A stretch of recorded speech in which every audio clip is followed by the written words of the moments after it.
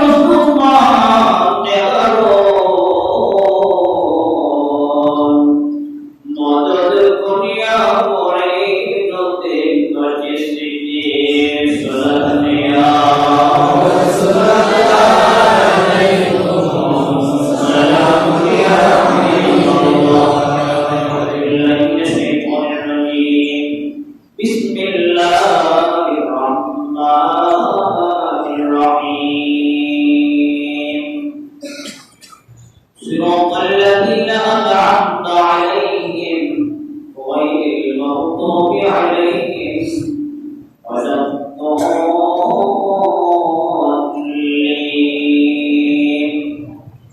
آمين صدق الله العظيم وبلغنا رسوله النبي الكريم ونحن على ذلك من الشاهدين والشاكرين والحمد لله رب العالمين رب صل وسلم وبارك عليه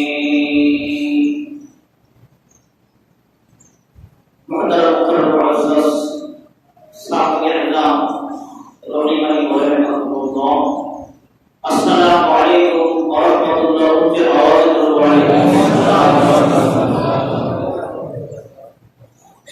व महान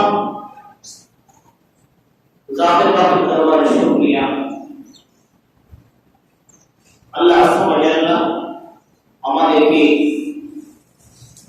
মাহে রজব রজবের ৬তম তারিখে ৬ম দিবসে ইবাদতের লক্ষ্যে আশার বসার তকরির শ্রবণ করার সেই সৌভাগ্য আল্লাহ নসিব করেছেন। উচ্চ আওয়াজ বলি আলহামদুলিল্লাহ। সাথে সাথে নবী রহমাতুল আলামিনের সোনার দরবারে লক্ষ লক্ষ দরুদের নামাজ পেশ করতেছি। যে মুহাম্মদ ছিলেন আল্লাহ আযজা ওয়া জাল্লা গোটা ভারতের জমিনের জন্য বিশেষ করে বিশ্ব কায়নাতের জন্য উপমহাদেশের জন্য এমন একজন ব্যক্তিকে আমাদের পথ প্রদর্শনের জন্য পাঠিয়েছেন, যার বদৌলতে লক্ষ লক্ষ বিধুরের ঈমান এনেছেন।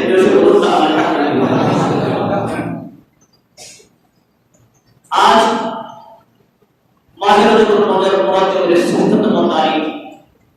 এই তারিখে মহান হাস্তি খাজা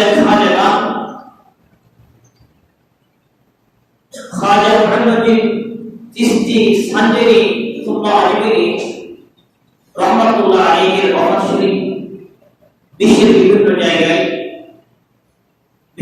বাংলাদেশের আনাচে কানাচে যাকে খাজা বাবা হিসেবে জানে, যে ভাই যেভাবে যেমন না কেন এমন একজন গ্রেটেস্ট ইমাম, greatest saint of the world, গোটা বিশ্বের এমন একজন বুজুর্গ ছিল যে বুজুর্গর কোনো তুলনা হয় না। কি হয় না? তুলনা হয় না। বিশ্বের বিভিন্ন জায়গায় যাকে বাংলাদেশের জমিনে আনাচে কানাচে গ্রামগঞ্জে ওনাকে সবাই জানায় খাজা বাবা। কি বাবা? খাজা বাবা। এই মহান হাস্তি ওনার গোটা জীবনটা ছিল সংগ্রামী, গোটা জীবনটা ইবাদতি, সংযম সিস্টেম প্রদর্শের মধ্যে অঞ্চলে উনি জন্মগ্রহণ করলেন। জন্মগ্রহণের 15 বছর রানী বাবা সৈয়দ গিয়াসউদ্দিন আল হাসানি উনি পৃথিবীর জমিন থেকে চলে গেলেন। বলো ইন্না লিল্লাহি। বাবা বিদায় নিলেন।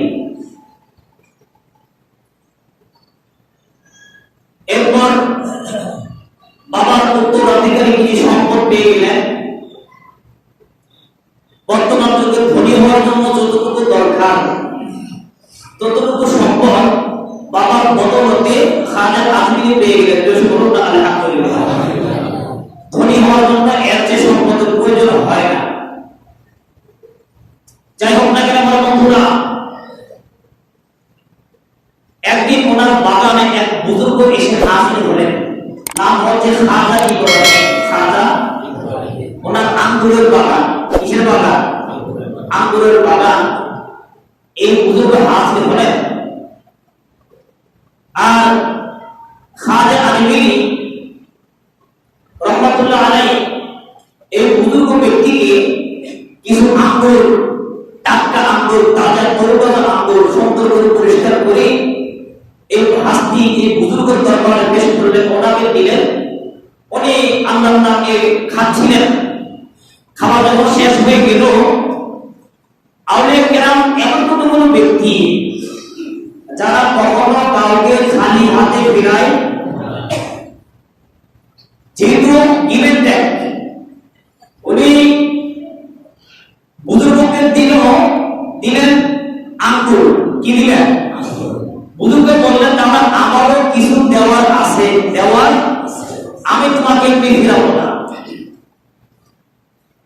তাই কোরআনে কারীমের প্রথম সূরা, যে সূরাটাকে এনি টাইম, প্রতি মুহূর্তে, প্রতিটি নামাজে উইদাউট জানাজার নামাজ ছাড়া প্রত্যেকটা নামাজের প্রতি পড়া হচ্ছে সূরাতুল ফাতিহা। আর সেখানে আল্লাহ বললেন ইহদিনাস সিরাতাল মুস্তাকিম সিরাতাল লাযিনা আন'আমতা আলাইহিম। আল্লাহ বান্দাকে শিখিয়ে দিয়েছেন, বান্দারে তুই আল্লাহর কাছে বল, তুই আল্লাহর কাছে এভাবে বল, আল্লাহ তুমি আমাকে সিরাতুল মুস্তাকিমের রাস্তায় পরিচালিত করো। সুবহানাল্লাহ। তা আল্লাহ শিখিয়ে দিয়েছেন বান্দা সিরাতুল মুস্তাকিম সেটা কি, সেটা কি। পরবর্তী আয়াতে, 6ষ্ঠ আয়াতে আল্লাহ আমার বান্দাকে শিখিয়ে দিয়েছেন বান্দা এটা কি তুমি জেনে নাও। তাই আল্লাহ বলেন সিরাতাল লাযিনা আন'আমতা আলাইহিম। সেটা এমন একটা পথ, সঠিক পথ, যে পথের উপরে আমার আল্লাহ, যে পথের উপরে আমার আল্লাহ ওই সমস্ত ব্যক্তিদের উপর মায়া করেছেন, দয়া করেছেন, যাদের প্রতি আমার নবী পর্যন্ত দয়া করেছিলেন। সুবহানাল্লাহ। তো বলা হচ্ছে যে সিরাতুল মুস্তাকিম সিরাতুল লাযিনা আন'আমতা আলাইহিম। সিরাতুল মুস্তাকিম ওই পথ যাদের উপর আল্লাহ দয়া করেছেন। কি করেছেন? বলুন না, কি করেছেন? দয়া করেছেন। কোন বুজুর্গকে চিনার জন্য বড় বড় শোনার দরকার হয় না। যে বুজুর্গকে চিনতে চায় ওই ব্যক্তি সূরা ফাতিহা দিয়েও চিনতে পারবে। সুবহানাল্লাহ।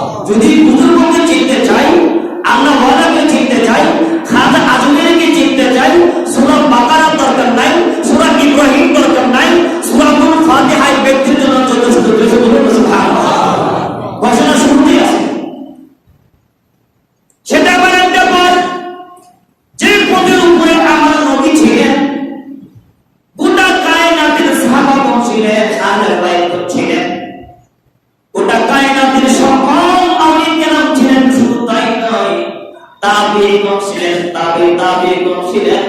ওই সমস্ত মহান হাস্তিদের মধ্যে এমন একজন হাস্তি আল্লাহ ভারতের জমিনে পাঠাইয়াছেন, উনি ওই সমস্ত মহান হাস্তিদের মধ্যে অন্তর্ভুক্ত। সুবহানাল্লাহ।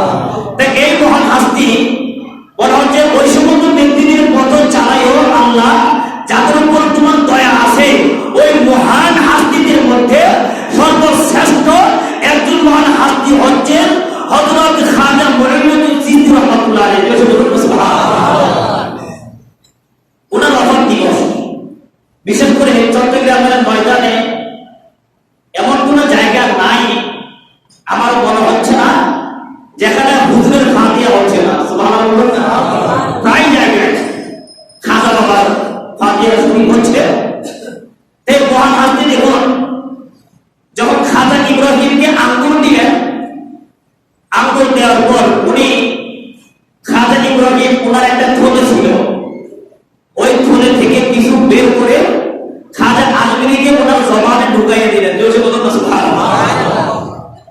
জবানে ঢুকাইয়ে দিতে দেরি, ঢুকাইয়ে দেওয়ার সঙ্গে সঙ্গে ওনার অন্তর চক্ষু খুলে গেল। এক ইভেন্ট দেখা, সেজন্য বলা হচ্ছে যারা আল্লাহর ওলিউল্লাহর দরবারে খাস নিয়তে যায়, যে নিয়তে যাবে ওই নিয়ত আল্লাহ কবুল করে নেবেন। দরবার হতে হবে খাস, দরবার হতে হবে সহিহ, দরবার হতে হবে হক, নিয়ত হতে হবে কি দুটোতে মিলতে হবে। দরবারে হক হে, নিয়ত হক হে, যখন দুটোতে মিলে যাবে আপনি যা নিয়ত করবেন আল্লাহ আপনার মনের সকল নেক বাসনাকে ওনার কুদরতি হাতে কবুল করে নেবেন। খাজা ইব্রাহিম কয়েকটি দানা বের করে যখন এই মহান হাস্তির জবানে ঢুকাইয়া দিলেন, দেওয়ার সঙ্গে সঙ্গে ওই মহান হাস্তি খাজা আজমিরি চিশতি সানজারি বলেন, আমার অন্তরে চক্ষু খুলে গেল, আমি আর এই সঞ্চয়তে থাকবো না, আমি এই দরবারের জন্য বুখারা শরীফে চলে যাব। সুবহানাল্লাহ। বাবার কিছু দরকার সম্পত্তি ছিল, উনি যখন অন্তর চক্ষু খুলে গেল দেখলেন এই দুনিয়া আমার দরকার নাই, দুনিয়ার সম্পদ দিয়ে কোনো কাজে আসবে না, দুনিয়ার বিমুখী হয়ে গেলেন। দুনিয়া আমার কি হবে, সকল সম্পদ যা ছিল সবগুলোকে আল্লাহর রাস্তায় দান করে দিলেন। এই আল্লাহ অধিকম দান শিক্ষা দিচ্ছে। সেজন্য অলিদের আলোচনা, অলিদের বয়ান, অলিদের জীবনের আদর্শ যদি আমাদের জীবনে বাস্তবায়ন করি তাহলে আমাদের অভাব থাকতে পারে না। যাই হোক আমার বন্ধুরা এই বুখারা শরীফে চলে গেলেন, বুখারা থেকে এই মহান হাস্তি ইরাকের নিশাপুরে চলে গেলেন। এই নিশাপুরে যাওয়ার পর সেখান থেকে হারুনে নামক জায়গাতে গেলেন, খাজা ওসমান হারুনের দরবারে হাতে হাত মিলালেন। এই মহান পীর হাস্তির দরবারে 20 বছর সাধনা করলেন, 12 বছর পায়ে হেঁটে খাজা ওসমান হারুনের গান্ডিকুটা বহন করলেন। বহন করার পর বলেন, আমার ছাত্র, আমার মুরিদ, আমি তোমার প্রতি রাজি হয়ে গিয়েছি, অবশ্যই আমার খেলাফত তোমাকে দান করে দিলাম। উস্তাদকে রাজি করে ফেলছি। পীর মুর্শিদ রাজি হয়ে গেল। রাজি হয়ে যাওয়ার পর খেলাফত তখ্ত নসিব সাজ্জাদ হোসেন বানিয়ে দিলেন। উনি সেখান থেকে বাগদাদের জমিন, বাগদাদের আলিয়া মাদ্রাসায় চলে গেলেন। সেখানে যাওয়ার পর আল্লাহ রাসূল বললেন, তোমার তো এখানে থাকার জায়গা না, আমি তোমাকে আদেশ করতেছি, ডিক্লারেশন করতেছি, তুমি হিন্দুস্তানের জমিনে যাও, সেখানে গিয়ে লক্ষ লক্ষ বিধর্মীদেরকে মুসলমানের প্রতি তুমি আহ্বান করো। তাই ওনাকে বলা হয় আতাউর রাসূল। আতাউর বলো না, আতাউর রাসূল, নবীর সত্তা, নবীর নাম। হিন্দুস্তানের জমিনে আসলেন সর্বপ্রথম লাহোরে। লাহোরে খাজা গঞ্জ বক্স লাহোরের দরবারে 40 দিন। কয়দিন? 40 দিন। দেখুন আমি কথা বোঝাতে চাচ্ছি যে বুজুর্গ হওয়া কত কষ্ট। বুজুর্গ এমনি নয়, গোটা জীবনকে অম্লান করে দিচ্ছেন আল্লাহর প্রেমে, মানুষকে হেদায়েতের পথে আহ্বান করার জন্য, ইহদিনাস সিরাতুল মুস্তাকিম বোঝানোর জন্য, সিরাতুল লাযিনা আনআমতা আলাইহিম বান্দাকে বোঝানোর জন্য এই হিন্দুস্তানের জমিনে আসলেন। এক দরবারে 40 দিন। কয়দিন? 40 দিন সেখানে থাকলেন। এদিকে রহস্য আছে, আমি সেদিকে যাব না। 40 দিন থাকার পর সেখান থেকে উনি চলে গেলেন দিল্লিতে। কোথায় গেলেন? দিল্লিতে। দিল্লিতে যাওয়ার পর এবার আল্লাহর ওয়াহদানিয়ত শুরু, দ্বীনের খেদমত প্রচার করতে শুরু করলেন। এমন একটা জায়গা যেখানে 99% বিধর্মী, 99% কি মুসলমানের সংখ্যা, অন্যান্য ধর্মাবলম্বীর সংখ্যা নাই বললে চলে, নাম মাত্র। সেখানে গিয়ে যখন দ্বীনের খেদমত দিচ্ছেন, বিধর্মীদেরকে যখন ইসলামের দিকে আনতেছিলেন, এতে তো অবস্থা খারাপ। বলে এটা কোন ধরনের ব্যক্তি, আমরা তো মেনে নিতে পারি না। বিধর্মীরা হিন্দুস্থানের উপরে বলল, না আমরা এই ব্যক্তির কথা মানতে পারি না। কিভাবে তাকে কঠোর হস্তে দমন করতে হয়, যত প্রকার রাস্তা দরকার এই ব্যক্তিকে দমন করার জন্য সকল রাস্তায় আমরা অবলম্বন করবো। কিন্তু আমার বন্ধুরা, আল্লাহর যা সঙ্গে আছে ওই ব্যক্তিকে দমন করা সম্ভব? আলহামদুলিল্লাহ বলুন না। তোর বাড়ি নাই, গুলিও নাই, বন্দুকও নাই, একটা জিনিস আছে, আল্লাহ এবং আল্লাহ রাসূলের মহব্বত। এর যে বড় তরবারি আর কিছু হতে পারে না। এক যুবক বেশি শক্তিশালী, সে চিন্তা করলো এই খাজাকে রাখা যাবে না, খাজাকে আমি কতল করবো, খাজাকে শহীদ করে হিন্দুস্তানে আমি একজন শ্রেষ্ঠ মানব হিসেবে আমি নিজের পরিচয় লাভ করবো। বন্ধুরা, হাদিস শরীফের মধ্যে আছে, ইন্না আউলিয়া আল্লাহি লা ইয়ামুতু বাল ইয়ান্তাকিলু মিন দারিল ফামিন মিনাত দারিল ফানাই ওয়া ইলা দারিল বাকা। আউলিয়া কেরাম তারা এমন কতগুলো ব্যক্তি যারা কখনো মৃত্যুবরণ করে না, বরং মিন দারিল ফানা ইলা দারিল বাকা, বরং তারা আল্লাহর প্রেমে, নবীর প্রেমে এই দুনিয়া, অস্থায়ী দুনিয়াকে ত্যাগ করে ওনারা স্থায়ী দুনিয়ার জমিনে চলে যান। সুবহানাল্লাহ। এটা অস্থায়ী দুনিয়া, অস্থায়ী দুনিয়া। এই দুনিয়া তো দুদিনের জন্য। আল্লাহ বলিগণ আল্লাহকে বলেন, আল্লাহ আমার খেদমতের জন্য দরকার, আপনি আমাকে তলব করেছেন, এবার আমি সরাসরি আপনার দিদারের জন্য আপনার কাছে যেতে চাই। সুবহানাল্লাহ। এটাকে বলা হয় দারুল বাকা। দারুল বাকা, এটা দারুল ফানা, অস্থায়ী দুনিয়া। অস্থায়ী দুনিয়া থেকে স্থায়ী দুনিয়াতে চলে যান। তাই বলা হয় আউলিয়া কেরাম কখনো মৃত্যুবরণ করতে পারে না। এই যুবক হুজুরের মাহফিল শুরু, মাহফিল করতেছিলেন, আর ওই যুবকটা একটি ধারালো তরবারি নিয়ে সে মাহফিলের ভিতরে অপেক্ষা করতেছে কখন খাজা আসবে, যে শহীদ করবে। এভাবে অপেক্ষা রয়েছে। আর ওইদিকে খাজা বাবা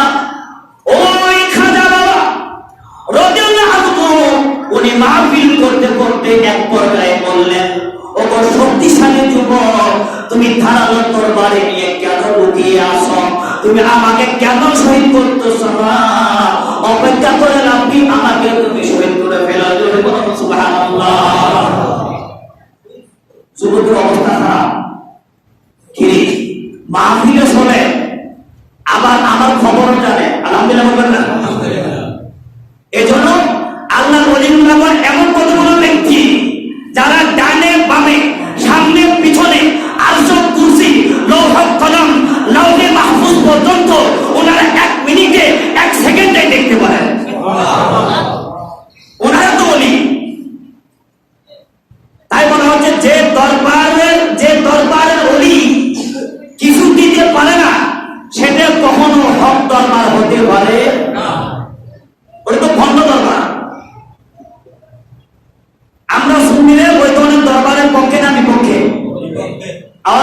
পক্ষে না বিপক্ষে? এখন তো কত ভণ্ড বের হয়ে গেছে।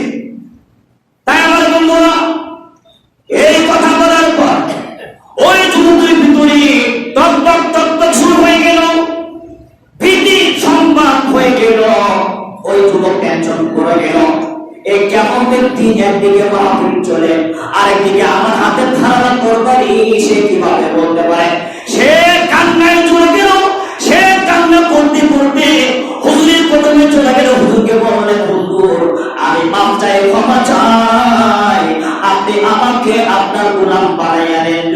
সুবহানাল্লাহ। হুজুরের মায়া আসলো, দয়া আসলো। আসার পর হুজুর বললেন, ঠিক আছে। আর গোলাম বললেন, আমি আর বিধর্মী থাকতে চাই না। ওগো আল্লাহর নবীর নায়েব রাসূল, আপনি আমাকে কালিমা পড়া দিন, লা ইলাহা ইল্লাল্লাহু মুহাম্মাদুর রাসূলুল্লাহ।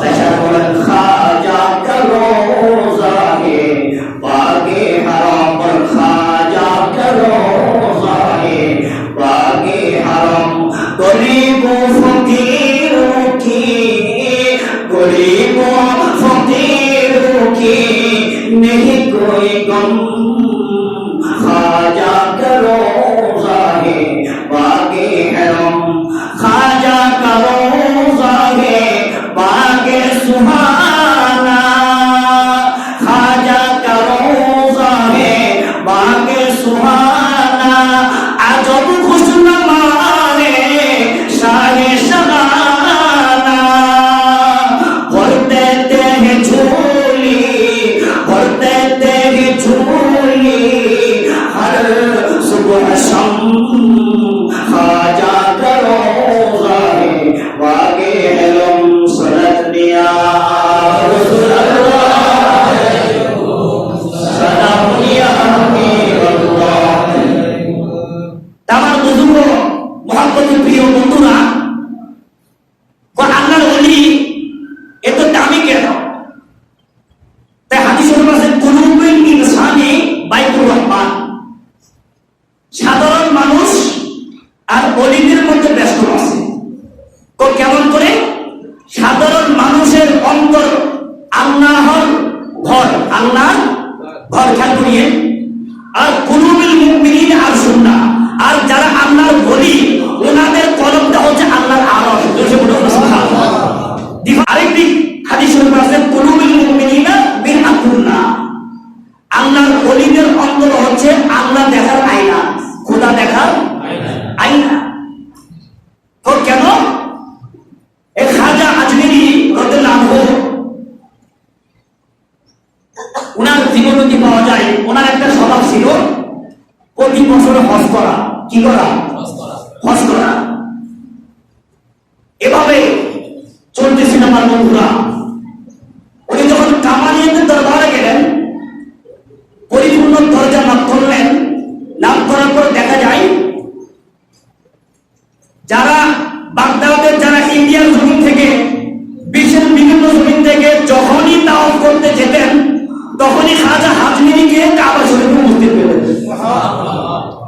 কিন্তু বাস্তবে কিন্তু দেখা যায় ওই সমস্ত ব্যক্তি যখন আজমিরি শরীফে আসতেন, আজমিরি শরীফে এসে দেখতে পেতেন যে উনি সেখানেও হাজির আছেন। ব্যক্তি কয়জন? একজন। এই জন্য বলা হচ্ছে আল্লাহর ওলিদের অন্তর হচ্ছে খোদা দেখার আয়না, খোদা দেখার আয়না। এভাবে শুধু তাই নয়, ওনার জীবনে পাওয়া যাচ্ছে উনি সারা রাত থাকতেন কাবা শরীফে। কোথায়? আলহামদুলিল্লাহ বলবেন না? সারা রাত কাবা শরীফে, মাগরিবের পরে যেতে যেতেন কাবা শরীফ। সকালবেলা ফজরের আজান হওয়ার আগেই উনি আজমিরে এসে জামাতের সাথে নামাজ পড়তেন। ওটা হচ্ছে, বলুন না আল্লাহু আকবার। ব্যক্তি কয়জন? একজন। শুধু তাই আমার বন্ধুরা, যারা আল্লাহর প্রেমে পাগল হয়ে যাবে, ওনাকে কাবা শরীফে যেতে হয় না, স্বয়ং কাবা ওই ব্যক্তির কাছে হাজির হয়ে যায়। কাবা হাজির হয়ে যাবে যদি আপনি নবীওয়ালা হয়ে যান। হযরত খাজা মওদুদ রহমাতুল্লাহ আলাইহি, উনি যখন কাবা জিয়ারত করার আশা করতেন,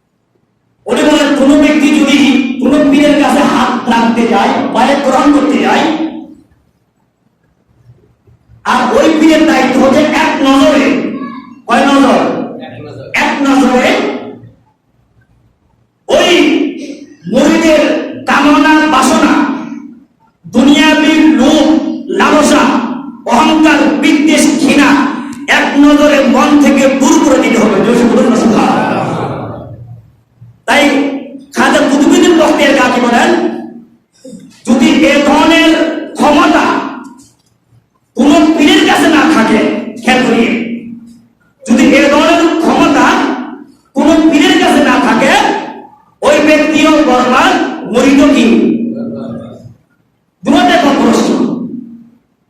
এখন তাই আমার বন্ধুরা, বর্তমান বৃদ্ধদের চিন্তা করি, কি আমি গর্তের মধ্যে হাত দিলাম কিনা? আল্লাহ বলিগণ হক, সেটা বাস্তব, কিন্তু হাত দেওয়ার আগে আপনাকে চিন্তা করতে হবে যে আমি যার কাছে হাত দিচ্ছি উনি কি আসলে